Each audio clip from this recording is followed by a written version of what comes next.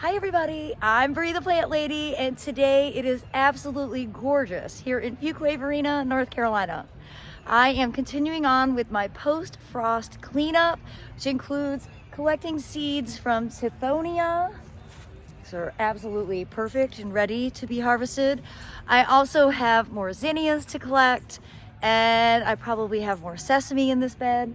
I'm gonna get it cleaned up and prepped so that we'll be able to use this for our cottage garden seeding class on Saturday, December 6th, which is now officially less than 2 weeks away. I still have a few spots left, so I'm gonna add that registration link into the description. I'm gonna go ahead and pop it onto time lapse, and I hope you'll enjoy watching my progress.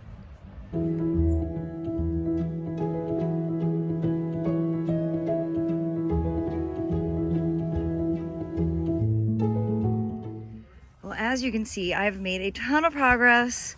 It is cleaned up, it's raked, both sides.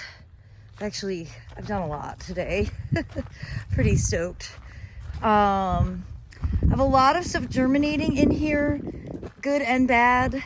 And I am gonna do a weed seed identification or a seedling identification video, but just thought I'd show you in here kind of specifically.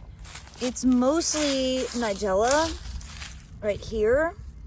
Again, that's all self-sown. Then there's lots of oxalis, lots of lamium, so much lamium, and lots of chickweed, bane of my existence through the cool season. So there's several weeds that I would say fall into that category. That is all Nigella. Of course, there is the Carolina geranium, which is really and truly the bane of my existence. There's so much of it. That is one of the worst weeds, in my opinion. And let's see. Got some Aquilea self-sowing. And I know I saw larkspur. I'm not sure where. So there's a lot germinating here. That all looks like either larkspur or Nigella, probably Nigella, because this bed is predominantly filled with that. Of course, the pathways are where main things are germinating, and like I said, tons of Carolina geranium. Oh my gosh, it's endless. But I've also got breadseed poppies germinating in the pathway, because that's what they do. Here and there. Not this. This is a weed. That's a Veronica. That's very weedy. I tried to, get this cleaned up. I weeded a lot, but it's like a never-ending process at this season. And yeah, plants love to grow in this Chapel Hill grit. And this bed has a lot of hydrangeas in it. I don't think that there's much hope for the hydrangeas anymore, but I put up some cages, these are all hydrangea paniculata across the front. These are all hydrangea macrophylla sporadically through. The deer, you can see, they get eaten constantly. Look at how dense this one is. And that's just because of deer browse. So I'm not emotionally connected to any of these hydrangeas anymore. I just don't think there's a point in trying to grow them with this much of a deer population. So I'm gonna leave them for now. And if they start to nibble on them next year when they flush, I'm just gonna pull them out. However, I'm not ready to say that about camellias. Can't help it, I'm a camellia person. So I have caged the camellias that are in this bed relatively well. This one actually has the advantage of having a gardenia growing in front of it, which I did plant on purpose. And they don't like to eat gardenias, so gardenias are really practical.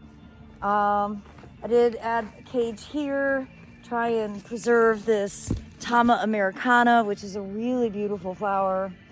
And again, it's got a gardenia on the other side, so that's helpful, but I have a big opening right here. So I'm actually just gonna put some tomato cages there because, yeah, I have them. There's nothing to do with them right now. I might as well just block deer entryways.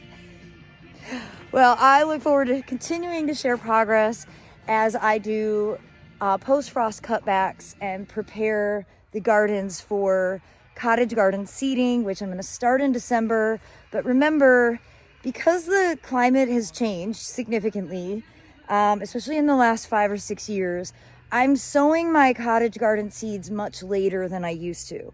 I used to say Black Friday, the day after Thanksgiving, sow them.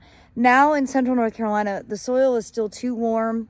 The plants germinate really well. The problem is they grow and they're really tender. And when we do get cold, and especially if we have like an Arctic blast, then they actually die back because they are too tender.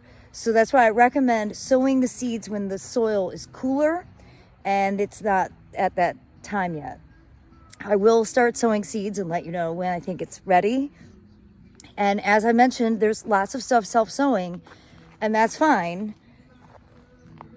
I just don't want to encourage you to sow your seeds early and then have everything die back like what happened 3 years ago when we had that holiday freeze. So the weather has definitely made giving advice extremely difficult because it's unpredictable, and you never quite know what you're going to face going into the winter. But for now, I'd say prep your beds, but wait on sowing your seeds. Well, as always, thanks for watching and happy gardening, everybody.